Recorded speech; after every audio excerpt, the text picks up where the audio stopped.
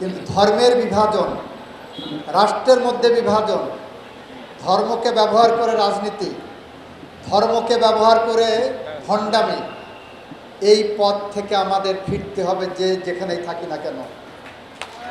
ইসলাম ধর্মকে ব্যবহার করবেন, ভণ্ডামি করবেন, কিংবা অন্য কোনো ধর্মকে ব্যবহার করবেন এবং সেই ধর্মের সুরসুরি দিয়ে ভোট নেবেন, এই পথ থেকে এসে আসেন জনগণের কল্যাণ এবং উন্নয়নে কাজ করি, যেখানে দুর্গা পূজায় বা বিশেষ পূজায় বিশেষ নিরাপত্তা আমার দেওয়ার প্রয়োজন নাই। সবাই নির্ভয়ে নিজের নিরাপত্তা নিজেই বোধ করবেন, সেরকম একটি পরিবেশ আসেন আমরা তৈরি করি। ঢাকেশ্বরী মন্দিরের জায়গা পুনরুদ্ধার করার জন্য আমি যেখানেই থাকি যতটা সাহায্যের প্রয়োজন আমি আমার জায়গা থেকে করার চেষ্টা করব।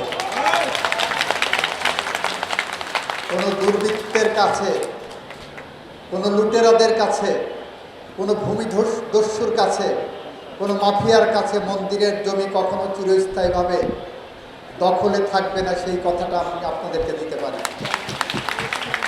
কারণ যে দুর্বৃত্ত ওই জমি দখল করেছে সে দুর্বৃত্ত বিএনপিও না, জামাতও না, জাতীয় পার্টিও না, বা অন্য কোনো রাজনৈতিক দলের সদস্য না। যখন যে দল ক্ষমতা আসবে ওই দুর্বৃত্তরা তার ঘাড়ে ভর করার চেষ্টা করবে।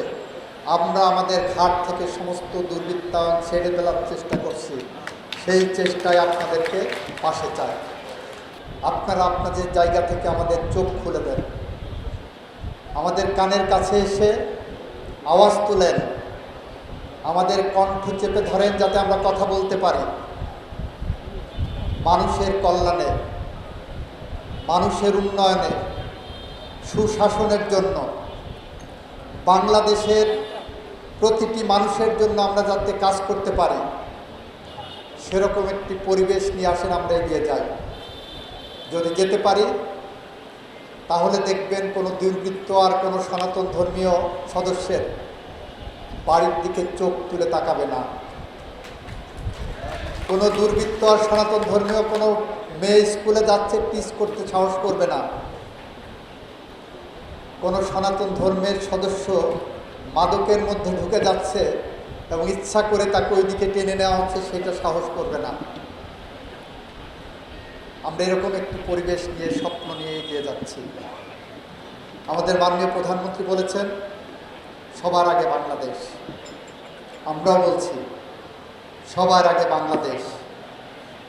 যদি আমরা সবার আগে বাংলাদেশ প্রতিষ্ঠা করতে পারি, সেই বাংলাদেশের অংশীদারিত্ব আমার যেমন আছে, সেই বাংলাদেশের অংশীদারিত্ব আপনার আছে, বাংলাদেশের প্রায় 18 কোটি জনগণের প্রত্যেকের সেই অংশীদারিত্ব থাকতে হবে।